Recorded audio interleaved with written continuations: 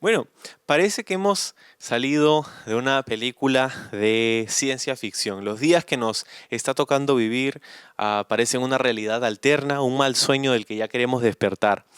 Pero no creo que es casualidad que nosotros, que justamente nosotros seamos la generación que Dios ha escogido para pasar por todas estas cosas. Siempre hemos dicho que estamos aquí con un propósito y eso no ha cambiado, a pesar de que nuestras circunstancias hayan cambiado. Entonces, de alguna manera creo que es un privilegio el vivir estos días y ver lo que Dios quiere hacer en medio de ello, en nuestro corazón y en nuestra comunidad.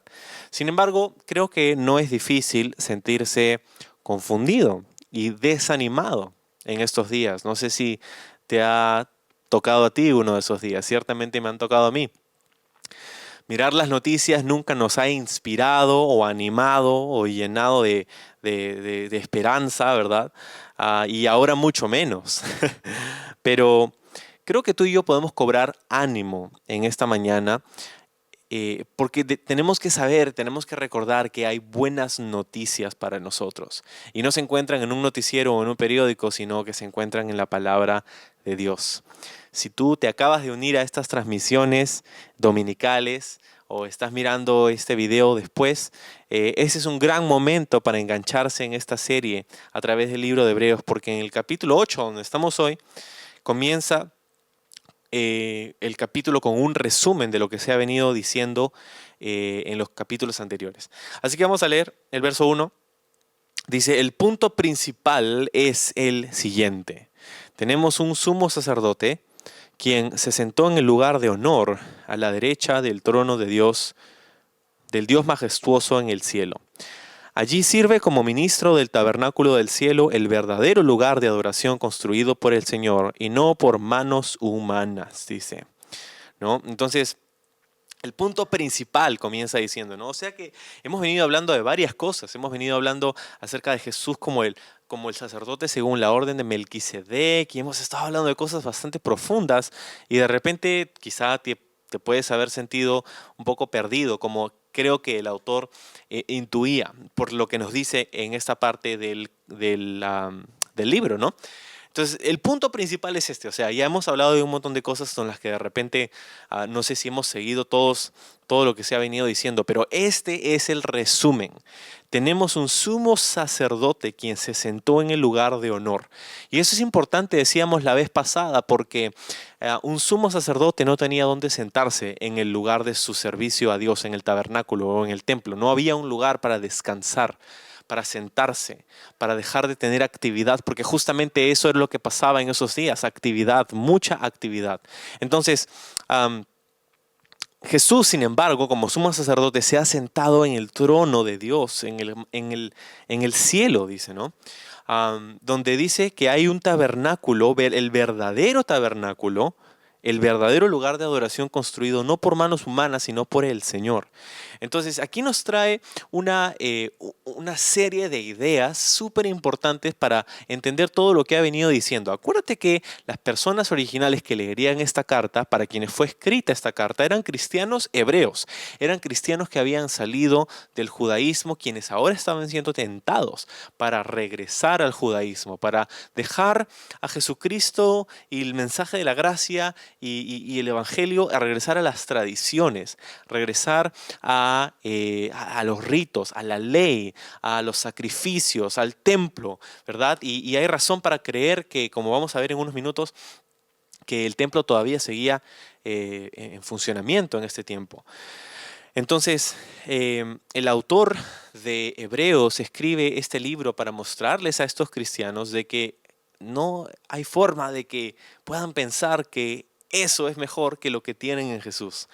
Entonces dice, bueno, ha hablado del sacerdocio y todo lo demás, pero ahora está hablando acerca del tabernáculo y va a hablar específicamente de las partes del tabernáculo más adelante. La próxima semana, Dios mediante, lo vamos a ver y estoy animado por compartirte ello porque creo que te va a ayudar a entender esto del tabernáculo y eso la próxima semana, así que no te pierdas el estudio de la próxima semana. Pero dice aquí que ese es el concepto principal.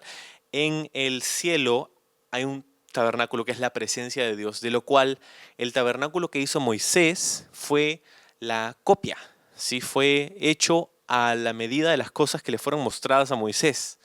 Entonces, este tabernáculo es una sombra de la realidad que se encuentra en el cielo. Entonces Jesús, como sumo sacerdote, no solamente tiene una mejor, un mejor sacerdocio, una mejor orden, un mejor sacrificio, sino que ha entrado a un mejor tabernáculo, que no fue el local, ¿verdad? El local del templo, del tabernáculo, sino que fue la misma presencia de Dios. Entonces, dice el verso 3, ya que es deber de todo sumo sacerdote presentar ofrendas y sacrificios, nuestro sumo sacerdote también tiene que presentar una ofrenda. Si estuviera aquí en la tierra, ni siquiera sería sacerdote, porque ya hay sacerdotes que presentan las ofrendas que exige la ley. Entonces lo que está es simplemente está siguiendo con este pensamiento, ¿no? Si Jesús es nuestro sumo sacerdote, lo que se supone que hacen los sumos sacerdotes es que ofrecen ofrendas, es que hacen sacrificios, ¿no? Ahí en el templo.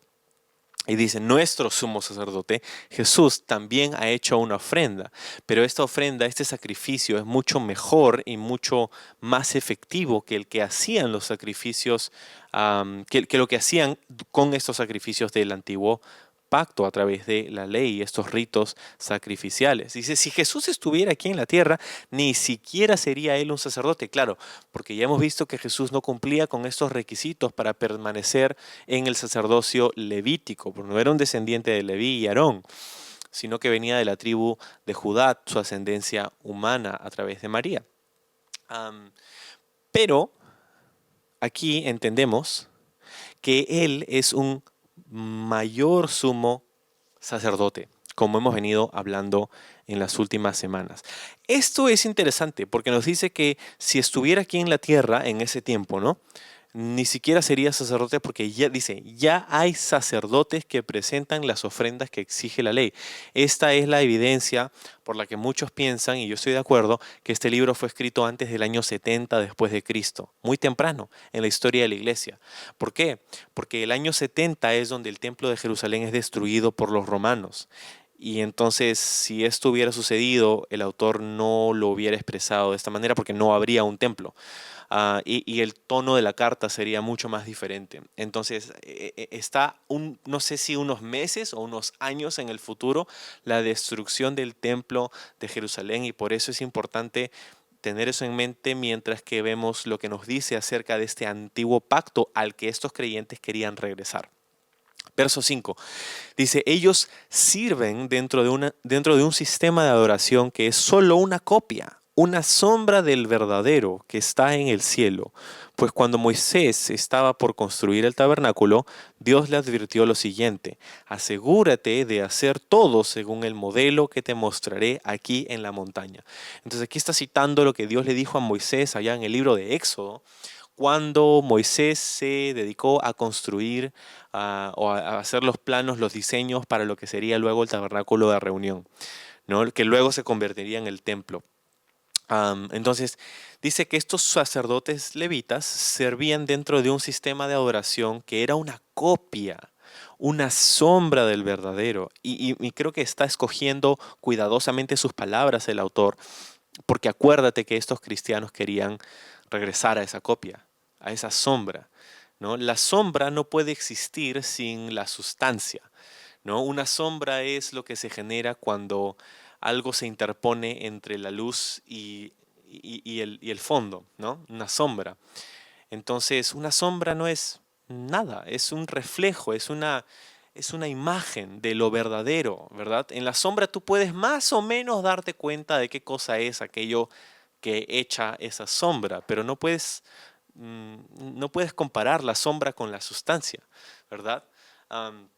Hemos usado este ejemplo en otras ocasiones, ¿no? Cuando regresas de un viaje largo y ves finalmente a tu esposa o a tus hijos, tú no te pones a abrazar y besar a su sombra en el piso, sino que los abrazas y los besas a ellos, ¿verdad? A tu familia. Entonces, esta imagen poderosa es la que está dándonos estos versículos, ¿no? Del antiguo pacto, de la ley, del sacerdocio levítico. Estas eran sombras de lo que es la verdad, la sustancia que es el cielo, donde está Jesús como nuestro sumo sacerdote. Entonces,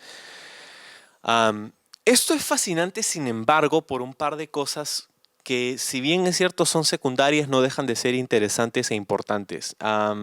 Dios le advirtió a Moisés, dice, asegúrate de hacer todo según el modelo que te mostré aquí en la montaña. Cuando Moisés se dedicó a construir el tabernáculo, no lo hizo a la aventura, así como que, bueno, vamos a ver qué pasa y yo lo hago como a mí me parece. No, sino que tenía un detallado registro de cómo debía hacerse todo y eso le fue dado por Dios.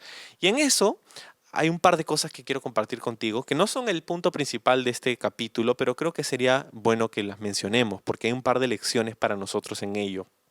Lo primero que anoté y que quiero compartirte esta mañana es que Dios es el que nos da la creatividad y la habilidad y espera que la usemos en su casa. Cuando pasó todo esto de la construcción del tabernáculo y luego del templo, específicamente en el libro de Éxodo se nos dice que Dios capacitó a ciertos artífices, a ciertos artesanos para poder realizar estas cosas para la casa del Señor. Imagínate, una persona que trabajaba haciendo textiles, una persona que trabajaba haciendo esculturas, una persona que trabajaba con piedra, con madera, con algunos metales. Eso era... es increíble que Dios dice, es el que les dio esa habilidad y ahora estaba empleándola para su casa, para la adoración a Él, ¿no? Entonces, me parece interesante esto porque esto sigue siendo cierto el día de hoy. La iglesia está compuesta de personas a quienes Dios ha llamado y ha equipado para servirle en su casa. ¿Cómo te ha equipado el Señor para servirle a Él en estos días, en estos tiempos? Entonces me llama mucho la atención y me parece súper emocionante el ver que Dios quiere seguir usando a su pueblo en estos días para su gloria. Lo segundo que anoté es que Dios es un Dios que se preocupa por los detalles. Dios se preocupa por los detalles. Los diseños del tabernáculo demandaban atención al detalle. Dios se preocupa por las cosas grandes que pasan en tu vida, pero Él también se preocupa por las cosas pequeñas de tu vida y de tu corazón. Dios es un Dios que está atento al detalle, la preocupación al detalle. Y lo tercero, para movernos hacia adelante, es que Dios espera que le adoremos como Él lo desea, no como nosotros lo queremos. Entonces, ¿por qué? Porque el tabernáculo fue hecho para que la adoración funcione de una manera muy específica. Cómo, cuándo y dónde se hacían los sacrificios, etcétera, etcétera, etcétera. Y eso nos dice que cuando venimos a Dios debemos venir bajo sus términos. Jesús dijo, yo soy el camino, la verdad y la vida, y nadie llega al Padre si no es a través de mí. Entonces, Dios quiere que le adoremos como Él lo desea, como Él lo ha establecido, ¿no? Y a pesar de que hoy día no tenemos ritos y sacrificios, Él ha establecido una manera a través de la cual podemos llegar a Él. Se llama Jesús. Ok, vamos hacia adelante. Pero verso 6 dice, ahora Jesús, nuestro sumo sacerdote, se le ha dado un ministerio que es muy superior al sacerdocio antiguo, porque Él es mediador a nuestro favor de un mejor pacto con Dios, basado en mejores promesas. Esto es algo que hemos venido viendo en las últimas semanas también, ¿no? Cómo Jesús es superior. Y de aquí y de muchas otras partes del libro viene nuestra idea de la palabra mejor, que hemos llamado a nuestra serie a través del libro de Hebreos, ¿no? Un mejor pacto, mejores promesas, superior sacerdocio. Este es Jesús. Pero en esencia es lo siguiente, habla de un nuevo pacto, ¿no? Jesús es mediador, dice, de un nuevo pacto. Imagínate esto. El antiguo pacto era todo lo que conocían los judíos. Era la manera en cómo se comunicaban y se relacionaban con Dios. Pero ahora Dios les ha dado un nuevo pacto y este pacto nuevo había sido prometido por Dios en las escrituras hebreas. Y lo vamos a ver en un momento. Pero hay una diferencia, ¿no? Porque el antiguo pacto se basaba en hacer para merecer, mientras que este nuevo pacto se trata únicamente en creer para recibir, ¿no? Romanos 10:13 dice, todo aquel que invocare el nombre del Señor Jesucristo será salvo. Efesios 2:8 y 9 dice, porque Por gracia sois salvos por medio de la fe, y esto no de vosotros, pues es don de Dios, no por obras, para que nadie se gloríe. La salvación no es algo que trabajamos para ganarnos, sino que la recibimos por la gracia de Dios a través de la fe. Claro que hay el debate de que la gracia nos cambia y la gracia nos hace hacer obras, pero no las hacemos para ganar la gracia de Dios, sino que porque la tenemos, entonces nuestra vida se ve diferente. Pero no quiero adelantarme. Verso 7 dice, si el primer pacto no hubiera tenido defectos, no habría sido necesario reemplazarlo con un segundo pacto. Entonces, encontramos aquí la razón por la que hay un segundo pacto, porque el primero no fue suficiente. Ahora, quiero observar algo súper importante. Él dice que habían defectos que Dios encontró por los que hizo un segundo pacto. Los defectos no tenían que ver con el pacto, los defectos tenían que ver con el pueblo.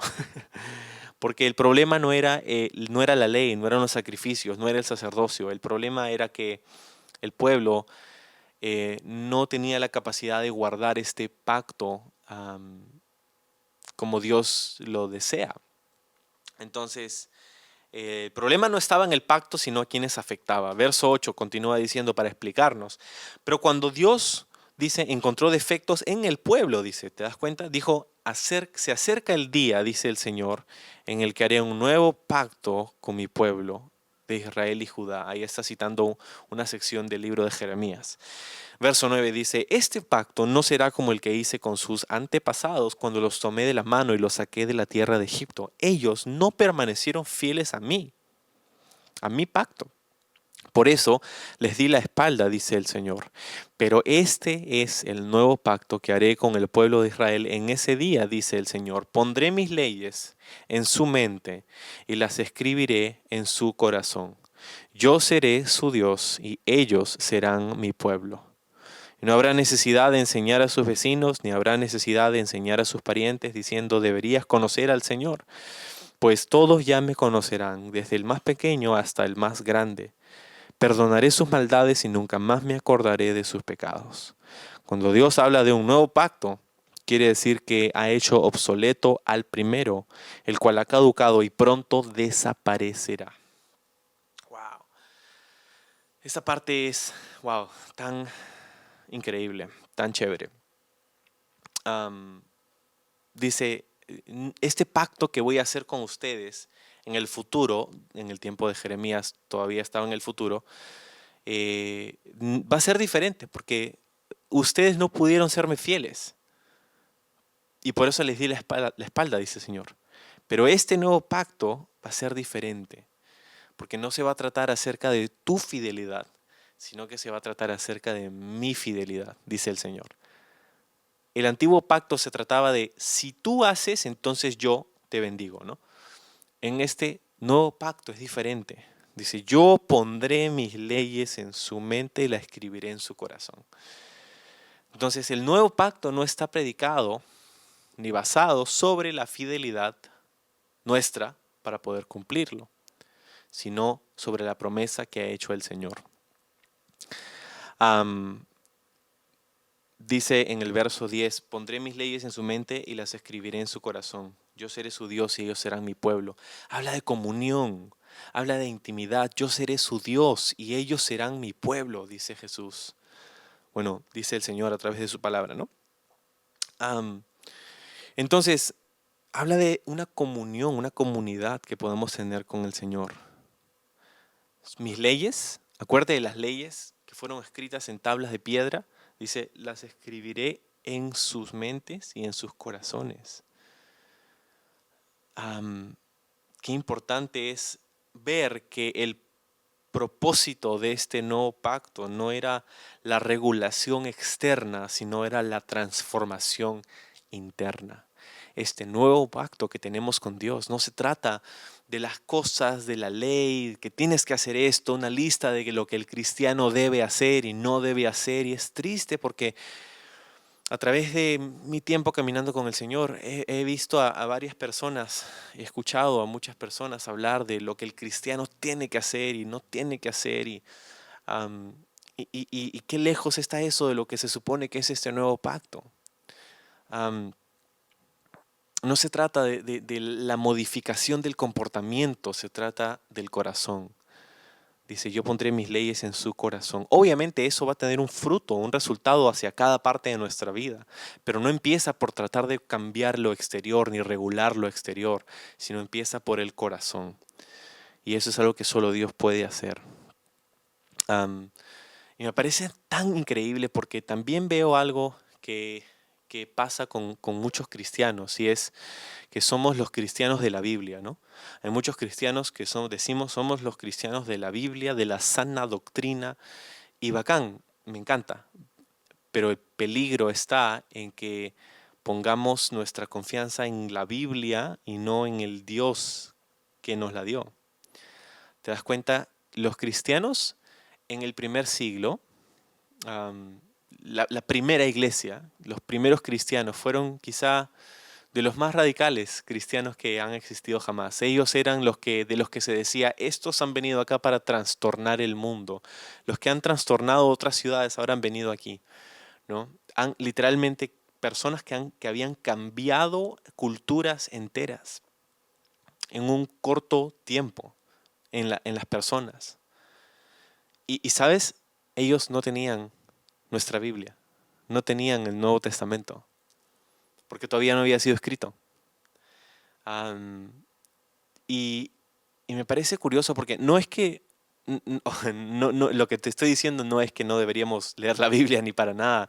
Obviamente cuando empezaron a escribirse estas cosas y los cristianos recibieron estos escritos, obviamente esto confirmaba lo que Dios ya había escrito en sus corazones. ¿Te das cuenta? Dice, yo escribiré mis leyes en sus corazones y en sus mentes. Creo que esto es algo que tenemos el peligro de perder si no nos damos cuenta.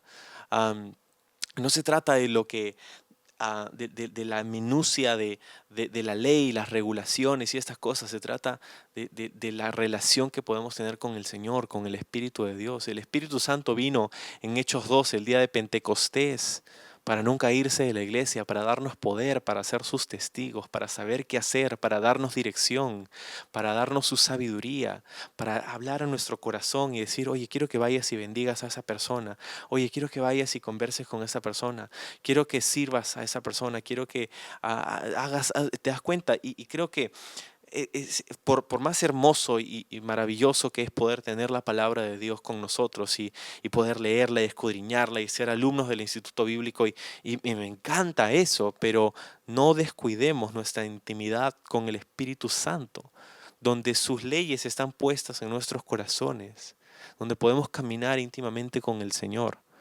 Am, entonces, no habrá necesidad, dice el 11, de enseñar a sus vecinos ni a sus parientes. Deberías conocer al Señor porque todos me conocerán desde el más pequeño hasta el más grande. Y algo que me encanta de este nuevo pacto es que pone la entera responsabilidad del crecimiento espiritual sobre cada creyente. Escúchate, lo digo otra vez. La responsabilidad del crecimiento espiritual, de tu crecimiento espiritual, cae sobre ti. Yo como pastor obviamente siento esta responsabilidad por querer enseñar, compartir y que otros puedan crecer, así como yo también quiero alimentar mi propio caminar con el Señor. Pero este nuevo pacto pone toda la responsabilidad espiritual del crecimiento de una persona sobre esa persona, sobre el creyente. Si tú necesitas crecer espiritualmente, está en ti el buscar al Señor, el estudiar su palabra, el tener comunión con Él, el acercarte a Él. Cualquiera, hemos leído en Romanos 10:13, ¿no? Cualquiera que invocare el nombre del Señor Jesucristo será salvo. Pero tiene que invocar. ¿Te das cuenta? Entonces, no está en esta... O sea, me encanta la idea de cuidar a otras personas, de llamar a otras personas, de estar involucrado y conectado en la vida de otras personas. Creo que eso es algo súper importante en estos días. Pero en el nuevo pacto no se trata de que si alguien te llama o no te llama, si alguien te escribe o no te escribe. Tú tienes una relación personal con el Dios Todopoderoso. ¿Estás aprovechando esa increíble oportunidad? Entonces dice en el 12, perdonaré sus maldades y nunca más me acordaré de sus pecados. Qué increíble, porque nunca más me acordaré de sus pecados. Creo que eso es algo que alguno de nosotros tiene que recordar esta mañana. Dios dice, nunca más me acordaré de sus pecados y de sus maldades. Perdonaos totalmente. Porque tenemos un acusador, el acusador de nuestras almas, que le gusta hacernos acordar las cosas en las que hemos fallado, las cosas en las que hemos pecado. Pero estamos en Jesús, en este nuevo pacto que ha sido hecho una vez y para siempre. 13 dice finalmente, cuando Dios habla de un nuevo pacto, quiere decir que ha hecho obsoleto el primero, el cual ha caducado, o sea, como cuando tiene una fecha de expiración, ¿no? Ha caducado y pronto desaparecerá. Y que resuene eso como una palabra profética para esos días, porque acuérdate que el templo estaría a punto de ser destruido quizá unos meses o años en el futuro. Y con el templo, el sacerdocio y el sistema de sacrificios, y nunca más se volvería a hacer una ofrenda bajo ese sistema. Qué escalofriante, ¿no? El nuevo pacto, este es el trato que ha hecho Jesús, que ha ganado Jesús para con nosotros. Alguien hizo una lista de 17 cosas en las que se diferencian el nuevo pacto del antiguo pacto. Y no vamos a ver en detalle cada una de ellas, porque necesitaríamos muchísimo más tiempo, pero sí me gustaría mencionar algunas cosas para que entendamos la diferencia entre el antiguo y el nuevo pacto. Para empezar, algo muy obvio, fueron instituidos en diferentes momentos, por eso se llama el antiguo y el nuevo pacto, ¿no? Entonces, el antiguo fue instituido como 1500 antes de Cristo y el nuevo fue instituido en el año 33. Lo segundo es que fueron instituidos estos pactos en diferentes lugares. El antiguo pacto en el monte Sinaí, el nuevo pacto en el monte Sión. Lo tercero es que se hablaron de diferentes maneras. El antiguo pacto fue dado en un ambiente de miedo y temor en el monte Sinaí. Sin embargo, Jesucristo, el Hijo de Dios, declaró este nuevo pacto con amor y con gracia. Diferente. 4, tienen diferentes mediadores. Moisés versus Jesús. Son diferentes en su temática. Número 5. El antiguo pacto exigía obras. El nuevo pacto cumple las obras a través de la obra completa de Jesucristo. El antiguo pacto y el nuevo también son diferentes en cómo fueron dedicados. El antiguo pacto fue dedicado con la sangre de los animales, rociándose sobre las personas, en Éxodo 24. El nuevo pacto fue dedicado con la sangre de Jesús, aplicándose espiritualmente a su pueblo de fe. Al 7 son diferentes en sus sacerdotes, su sacerdocio. Sacerdocio levítico versus el sacerdocio como el estilo de Melquisedec, como hemos venido hablando. Son diferentes en sus sacrificios. El antiguo pacto exigía una repetición interminable de sacrificios imperfectos, mientras que el nuevo pacto proporciona un sacrificio perfecto de una vez para siempre. El sacrificio de Jesús. 9. Son diferentes en cómo y dónde fueron escritos. El antiguo pacto fue escrito en tablas de piedra, mientras que el nuevo pacto fue escrito en los corazones del pueblo. 10. Fueron diferentes en sus objetivos también, porque el antiguo pacto tenía el objetivo de descubrir el pecado y condenarlo, mientras que el nuevo pacto es declarar el amor, la gracia y la misericordia de Dios, el arrepentimiento para el perdón del pecado y la vida eterna. 11. Son diferentes en su efecto práctico sobre la vida. El antiguo pacto muchas veces terminaba en esclavitud, no por la culpa del pacto, sino porque eso era lo que pasaba. La esclavitud al ritualismo, al ritual. Mientras que el nuevo pacto proporciona libertad. 12. Son diferentes en su entrega del Espíritu Santo. El Espíritu Santo en el antiguo pacto fue dado a ciertas personas en ciertos momentos, pero en el nuevo pacto es dado a todos aquellos que forman parte de esta familia de fe. 13, vamos a ir más rápido. Son diferentes en su idea del reino de Dios. El reino de Dios es diferente en el antiguo pacto, donde Israel era reinando sobre todas las naciones. Esa era la idea del reino de Dios. En el nuevo pacto el reino de Dios es una realidad espiritual. Ahora Dios está reinando en nuestros corazones, pero también hay un reino venidero. Son diferentes en su sustancia. El antiguo pacto tenía sombras, el nuevo pacto tiene la realidad. Son diferentes, número 15, en su alcance, en su administración. En el alcance de su administración. ¿Por qué?